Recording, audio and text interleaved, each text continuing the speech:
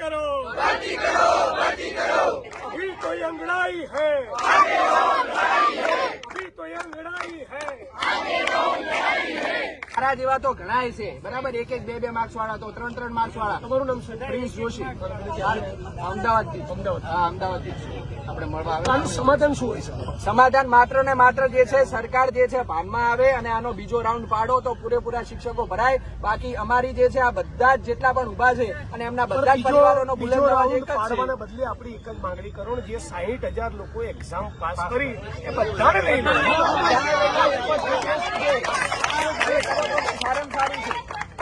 આપણે શું ઓલરેડી જયારે 50,000 લાખ શિક્ષકોની જરૂરિયાત હોય અને 60,000 ક્વોલિફાઈડ એક્ઝામ પાસ કરી ચૂકેલા માણસો છે, તો નહીં લેવાનું કારણ શું છે?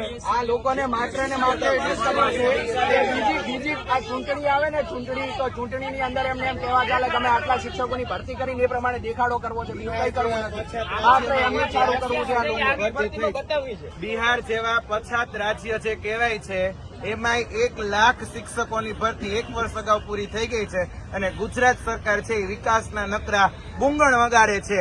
ક્યાં ગઈ મુખ્યમંત્રીની મૃદુતા કે આ શિક્ષકોની વેદનાઓ અત્યારે જોઈ નથી રહી. ખરેખર કાયમી શિક્ષકોની જગ્યાઓ છે તો કાયમી શિક્ષકોની પરીક્ષાઓ પાસ કરેલા, દ્વિસ્તરીય પાસ કરેલા ઉમેદવારો છે તો એની ભરતી થવી જ જોઈએ અને થવી જ જોઈએ. દિવસની અંદર મેન્સ પરીક્ષા આપી છે. 8 દિવસ જીપીએસસી લેવલની મેન્સ પરીક્ષા 1 મહિનાની અંદર પ્રિલિમ અને મેન્સ પરીક્ષાનું ફીંડલું વાળ્યું છે. અગાઉ કોઈ જાહેરાત નહીં ને કાંઈ નહીં. 31 એપ્રિલે રાત્રે આવી ગયું નોટિફિકેશન. 1 તારીખથી ફોર્મ ભરાણા, 7 દિવસ સુધી 7 તારીખ સુધી ફોર્મ ભરાણા. બીજા અઠવાડિયામાં પરીક્ષા, ત્રીજા અઠવાડિયામાં મેન્સ પરીક્ષા.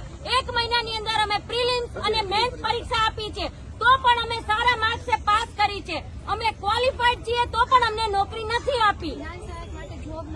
અમે મેન્સ પરીક્ષા પાસ કરીને, લેખિત પરીક્ષા પાસ કરીને ગયા.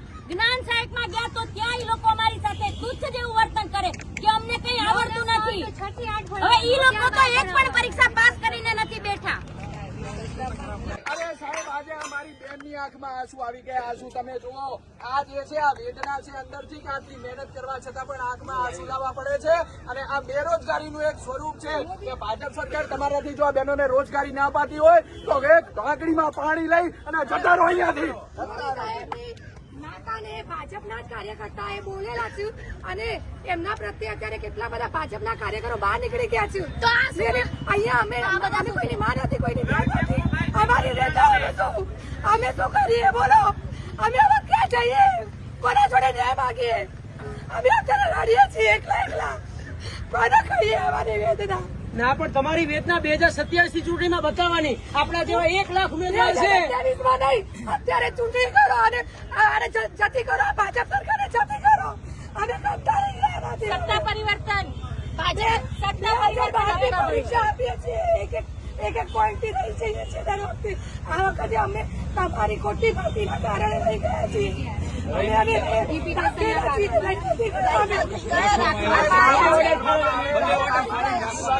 સમગ્ર ગુજરાતની સરકારી શાળાઓમાં 1 લાખ જેટલા શિક્ષકોની ઘટ છે. સામે 60,000 જેટલા ટેટ પાસ કરનારા ઉમેદવારો છે. રાજ્યની સરકાર ધારે તો ઘડીના 6 ભાગમાં આ 60,000 શિક્ષકોને જ્ઞાન સહાયકના બદલે કાયમી નોકરી આપી ખાડે ગયેલું શિક્ષણનું તંત્ર સુધારી શકે. વારંવારની રજૂઆતો તાલુકા કક્ષાએ, જિલ્લા કક્ષાએ, ગાંધીનગર કક્ષાએ શિક્ષણ મંત્રીને અને સીએમને કરી છતાં સરકારના પેટનું પાણી હલતું ન હોય 8 સપ્ટેમ્બરના દિવસે ગુજરાતની વિધાનસભાના સત્રના પહેલા દિવસે સવારે 10 વાગે મોટી તાદાદમાં, મોટી સંખ્યામાં 60,000 લોકો જે લોકોએ ટેટ પાસ કરી એ બધા જ પોતાના મિત્રો, પરિચિતો, ઓળખીતા અને પરિવારજનો સાથે ગાંધીનગર ચલોનો કોલ આપો. ચલો ગાંધીનગર. 8 સપ્ટેમ્બર ટેટની એક્ઝામ પાસ કરનારા 60,000 લોકોને કાયમી નોકરીનો ઓર્ડર મળે એ માગણી સાથે. તો 8 તારીખે ચલો, 8 સપ્ટેમ્બર ચલો, ઇન્કલાબ.